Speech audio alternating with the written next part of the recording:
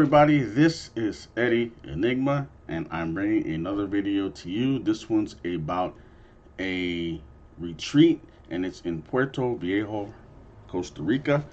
But something special about this retreat, it's an all black retreat, a black female retreat for black women only. Now, let's get into the story and I will have my commentary as the video goes on. What happened? This is like heaven right now. Alexis Bromley is from Nebraska. She needed a break from white people. In Omaha, it's very segregated. It can be very isolating if you're a person of color. It's hard in Nebraska because it's a red state. And so you just don't know who you interact with on a daily basis, if they believe that you're lesser, if you're inferior, and how that in turn can affect me. She says the current political climate has only made these feelings worse. So she decided to go on a Women of Color healing retreat in Costa Rica. Hi, such beautiful smiles. Thank you guys so much for coming. My blackness is bold. My blackness is uninhibited. My blackness is strength. Here we go again with the strong black female. Now, why is this necessary to pat yourself on the back, to patronize yourself? I mean, why do we have to say this, and why do we have to do these things as black people? I mean, I just don't get it. The idea is simple. For 10 days, black women come together to eat vegan food, meditate, do yoga. The breath in is the reminder that we are safe. And to discuss the frustrations of being black in America. It's like a mental game all the time, and I'm in these spaces where, Oh my God, what is up with, what is that in her hair? Is that yarn? I don't know what's up. I don't know what is up with these blue colors and red colors with all of these crazy hairdos. I just don't get it. constantly getting poked and prodded. Oh, let me touch your hair. Oh, you're really pretty for a black girl. Black people don't exercise. Black people don't hike. People are automatically gonna have this. Damn, I wouldn't say that about her. She look like she hiked. Look at those arms. She got bigger biceps than I do almost. She look like she stay fit at least. I mean, but it is kind of true though. A lot of us blacks don't exercise. I mean, and hiking. I mean, that's not really a hobby that a lot of black people do. I'm gonna say that because I don't really know anybody before that I even hikes. open my mouth. So many people's ideologies are being validated that don't see us as human, that don't see us as people. This retreat is one of more than a dozen black-owned travel groups, marketing trips specifically to people who look like Alexis. In the What? Specifically to people who look like Alexis? I'm sorry, but if a lot of black girls look like Alexis, I don't think there'd be too many issues. But anyway. Oh, damn. Is that Rachel Dolezal? That woman in the black? And Rachel Dolezal snuck into the retreat. Is that woman black? I mean, okay. few years that most of these companies have been open, more and more clients are calling them up. At least 5 say they've seen a spike in interest coinciding with Trump's election. The idea of black women reclaiming control over their own mind, body, and spirit is exactly what's needed to survive in a system that constantly tells us that our wellness isn't important. We stopped taking care of ourselves because we were taught you don't matter. The retreat is I don't entirely agree with that. I mean, a lot of us don't take care of ourselves because we're lazy. I mean, I'm not going to just label that to black people. I'm going to just say Americans in general, a lot of us are lazy. A lot of us don't like to exercise. So I'm not going to necessarily say because white people told us that we weren't important, because people tell me that I'm not important, but that's not going to keep me from taking care of myself. I mean, I'm just going to be honest about that. the brainchild of Andrea X, a former Brooklynite turned expat. I left the United States because I was sick of gentrification, racism, just dealing with being this black woman trying to figure it out there. It was 2014, and she'd just lost her job as a healthcare facilitator. What started off as a vacation in Costa Rica became her entire new life. She used all of her personal savings to form this retreat. We needed a safe space that was outside in the United States. So Oh my God, a safe space. I'm sorry, women. I mean, everybody. There is no such thing as a safe space on this planet. There are no safe spaces. I mean, there's trouble everywhere. There's trouble on every continent and every corner of the earth. We just have to deal with them. We just have to deal with our issues, people. to hold certain conversations and just to heal. I don't think that we can do that in the United States. I think that we're suffering and suffocating and just dying every single day trying to survive there. Yeah, not every woman can afford to go out to Costa Rica. What can we do for the racism they experience, for women who can't afford to be part of your retreat? I think that it's important for people in the United States, Black and POC people, to start forming their own spaces there. Easier said than done. White Americans find themselves in white-only meetings and places all the time, without even trying or noticing. When Black people want a break from feeling like a minority, they often have to make an effort. Alexis made the effort, and it cost her $2,222. But for her and several other women, that's a reasonable price to pay for a retreat that bans white people. Would having white people on this trip ruin it? I don't believe that. Yeah, I don't think we will be as open and as honest as we are with. Okay, did you hear what that chick with the blue hair said? She said she would want her money back if white people were on this trip. Now, that's really biased. I wouldn't have said that. I mean, just imagine you going to London, or you're going to the U.S. Virgin Islands, and where there's a lot of white people, and they say that you coming there would want them to ask for their money back for that particular trip. I mean, how would you feel? I mean, I think that was a statement that she should have kept to herself. I think that was something she should have just kept in her head. She should have. I would have made another comment, because that was really a biased comment. The group that we're in now. Yeah. Do you all feel like you've been stereotyped? One thing I always got is you're so well spoken, and I don't think people understand how insulting that is. What else would you expect from me? I'm curious if it's been no different for you since It was the election of President Trump. We're Black, we knew that racism has been around, but Damn, that sister got some guns. The sister right here, she got some straight guns. Yeah, you can tell she work out. it's a bit more in our face now. It's made me have to pivot my interactions with people. And like, people who actually support Trump. Like, I can't trust you on friendship level, family level, any level, if you actually are supporting someone that, is completely racist. Is some of that anxiety what you feel you need to heal from here? We're looking for ways to, coping mechanisms, and ways to take care of ourselves. Because we're not on the agenda.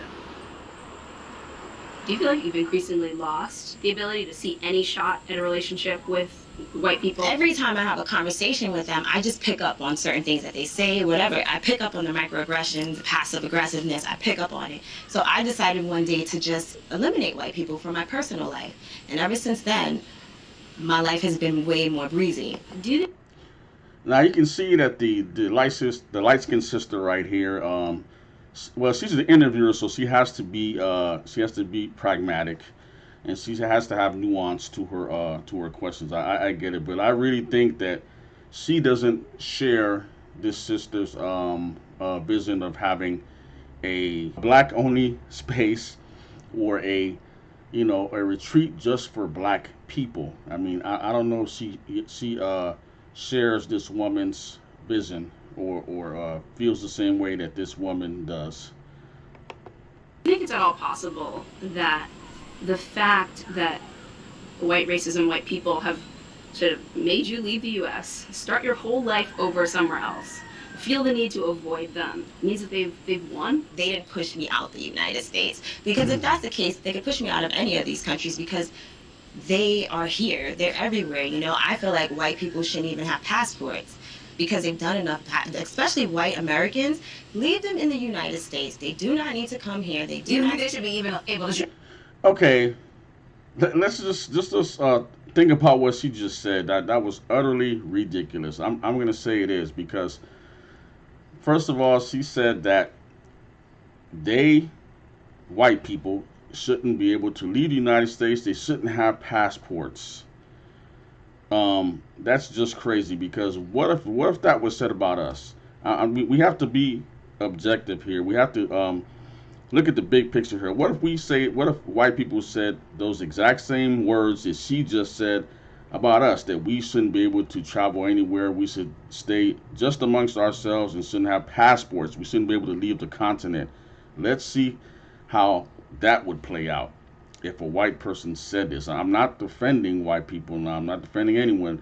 I'm just trying to look at both sides of this argument here, both sides of this situation here.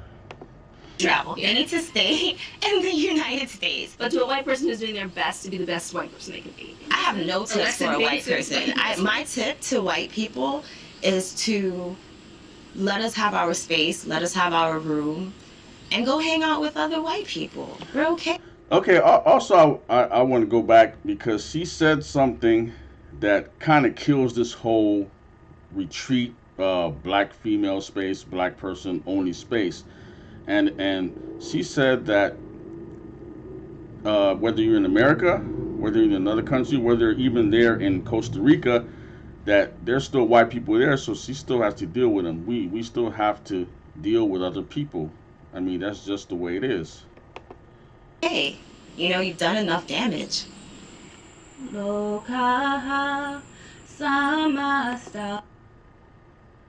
Wow. She's got an amazing rack. Sorry, but that's inappropriate. I know, but it's just right in your face. Sorry.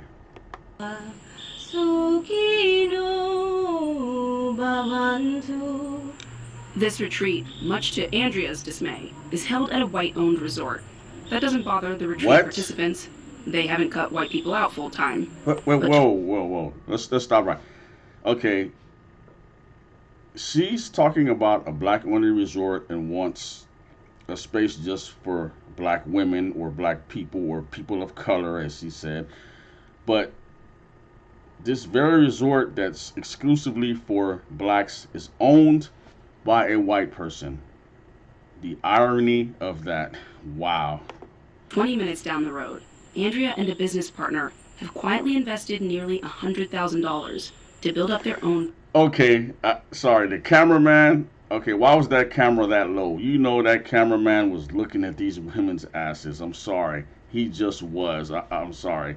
Every time we see a shot of the women, it's always low. So that camera person must be a man. Sorry. I just had to say that. Private retreat space. This is where we'll have the workshops. Is this just like a long con to start building your own black nation out in the middle of Costa Rica? It is. Starting with yoga. Yeah. Next is going to be like a mini government. I don't want to have a mini government, but at the same time, it will be a community of just like black people living here. What would you say to someone who's like, as nice as this sounds like paradise for black people, in some ways like it's motivated by the same hate that white people who want to create white nations and white spaces have? I would say. And the mixed race sister, the licensed light-skinned sister, made a very valid point. She said, what about white people who want to have white-only spaces? And how is that any different than you saying that we should have a black-only space? I mean, it's kind of like contradictory, saying you want to get away from racism, but then you create a space to keep other races out. I mean, it's a valid question. I would say it doesn't have anything to do with them. This is about us healing our community. Is it practical to create a black nation in the middle of a jungle? Okay. She's talking about creating a black nation, but yet I don't see a black man building there. It's a guy of another race. Why not hire black men?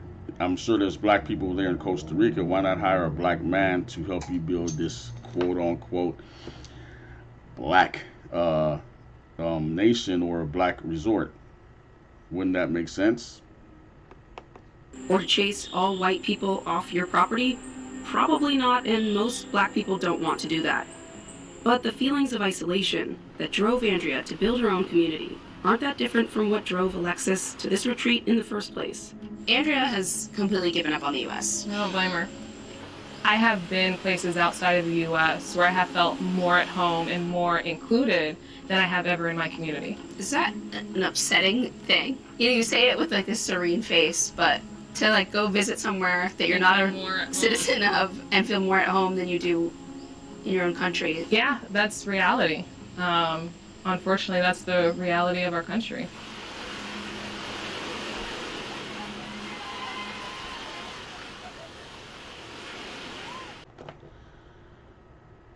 Okay, that's the end of that video. So what I want to say is that it's okay.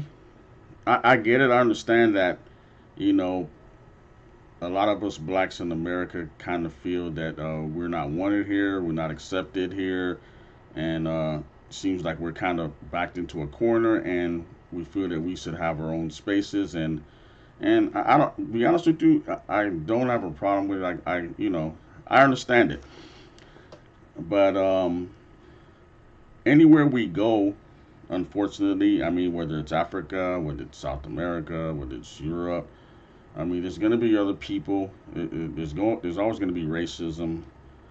Wherever we go, white people will follow. I mean, not necessarily, I mean, they're following us, but I mean, they're on every continent. I mean, there's no way to escape this. We just have to deal with it head on. And creating a space is might work for some people, but not everyone can pick up and leave the United States and go to another country and start a new life. I mean, once you get over there, how are you going to make a living? If you have a family, how are you going to feed your family? Your kids might not want to go there. I mean, there's a whole lot of things to factor in, but I get it. I mean, it's a nice vacation, but we still have to come back and face life. We have to face adversaries. We have to face all the obstacles that are put in front of us. I mean, going to another country is not going to get rid of these obstacles. I mean, not going to get rid of these issues that we have in our community. We have to deal with them head on. Running, it's not going to work. It never has worked. It never will work. So what do you guys feel about this video? Do you think other people should have retreats? Do you think black people should have retreats? Do you think it's okay for people to separate themselves from others and keep everyone out except people that look like you? Give me your thoughts on this. Once again, this is Eddie Enigma. I want you to like and subscribe. You have been Enigmified, and see you in the next one. Peace.